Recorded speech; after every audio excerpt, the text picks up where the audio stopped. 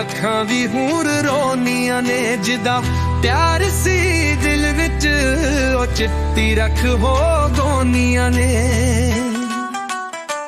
ਤੂੰ ਦੂਰ ਹੋ ਗਿਆ ਸਾਥ ਛੱਡ ਗਿਆ, ਕਿਸੇ ਹੋਰ ਲਈ ਦਿਲ ਲਾ ਬੈਠਾ। ਮੈਂ ਉਮੀਦਾਂ ਪਲ ਪਲ ਰੱਖੀ, ਤੇਰੇ ਹੰਝੂ ਵੀ ਨਹੀਂ ਆ ਬੈਠਾ।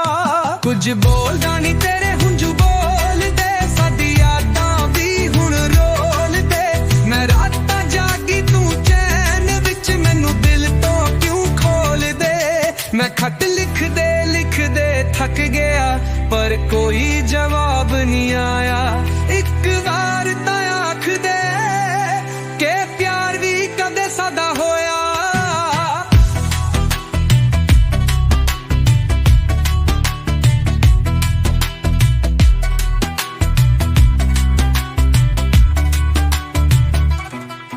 ਹੁਣ ਗੱਲਾਂ ਵੀ ਆਹਿਸਤਾ ਹੋ ਗਈਆਂ,